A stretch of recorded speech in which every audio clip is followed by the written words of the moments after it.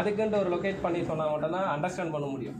So அப்போ அதுக்காக வேண்டி தான் இந்த ஃப்ரான்ச்சைசிஸ் கான்செப்ட்டை இப்போ கொண்டு வந்துருக்கோம். நாளைக்கு இது பப்ளிக் லிமிடெட் கம்பெனியாக மாறும்போது அன்னைக்கு இப்போ எல்லா ஆஃபீஸும் பண்ணிகிட்டு இருக்க முடியாது, கரெக்டுங்களா? ஸோ இப்போ வந்து கொஞ்சம் ஃபெமிலியராக நல்ல கான்ஃபிடென்ட்டான பீப்புள்ஸ்க்கு வந்து இந்த ஆப்பர்ச்சுனிட்டி வந்து நம்ம கொடுத்துட்ருக்கோம்.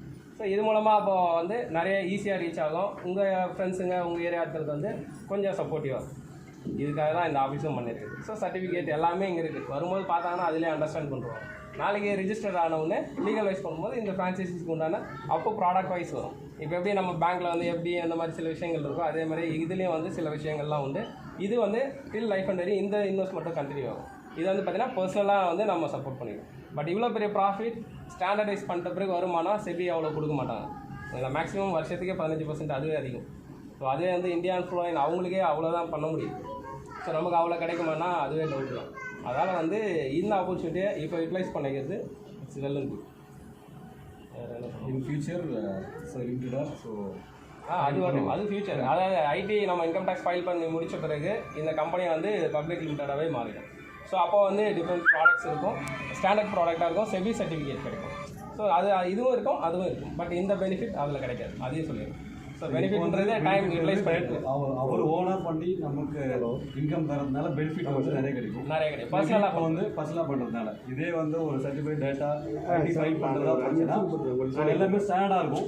ஒரு பேங்க் ஃபினான்ஷியல் செக்டார் மாதிரி இருக்கும், ஸ்டாண்டர்டாக இருக்கும். ஸோ அந்த வச்சுன்னா அவரோட இன்கம் வர்றது வந்து இவ்வளோ தான் வந்து இருக்குல்ல, அது வந்து குறையிருக்குவார். அதுதான். ஸோ வேறு டவுட்ஸ் இருந்தாலும் ஸோ எவ்வளோ நாள் பாஸ்ட் 2014 end ஆகும். 14 end 7 years complete ஆகும். ஸோ அரௌண்ட் இப்போ 7 years கம்ப்ளீட்டடு. ஸோ அதான்.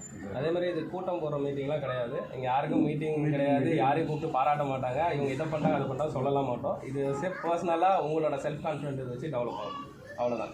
ஏன்னா இங்கே வந்து பார்த்தீங்கன்னா கன்வின்ஸ் பிஸ்னஸ் கிடையாது. கான்ஃபிடென்ட்டாக இருந்தால் மட்டும் தான் பிஸ்னஸ் பண்ண முடியும். பிஸ்னஸ்னால் கான்ஃபிடென்ட் இருந்தால் தான். ஏன் வேலைக்கு போனால் கூட கான்ஃபிடென்ட் இருந்தால் தான் நம்ம வேலைக்கு போகிறோம். நீங்கள் வேலைக்கு போகிற இடத்துல எல்லா நாளுமே உங்களுக்கு ஃபுல்லாகவே கிடச்சிருமா? லைஃப் டைம் வரையும் நமக்கு சேலரி கொடுத்துருவாங்களா? கிடையாதுல்ல.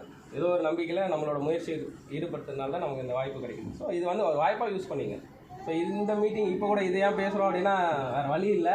சரி வந்தார், அவர் எதுவும் பேசலாம், அதுக்காக நான் பேசுகிறேன். மற்றபடி இங்கே வந்து ஸ்பீச் கொடுக்குற மாதிரியோ இல்லை நம்ம மீட்டிங்ஸ் ஆர்கனைசேஷனோ அந்த மாதிரிலாம் கிடையாது.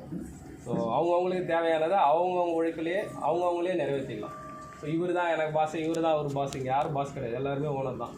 ஓகேங்களா? ஸோ எல்லோரும் அவங்கவுங்களுக்கு தேவையானதை அவங்கவுங்களே பூர்த்தி பண்ணிக்கலாம்.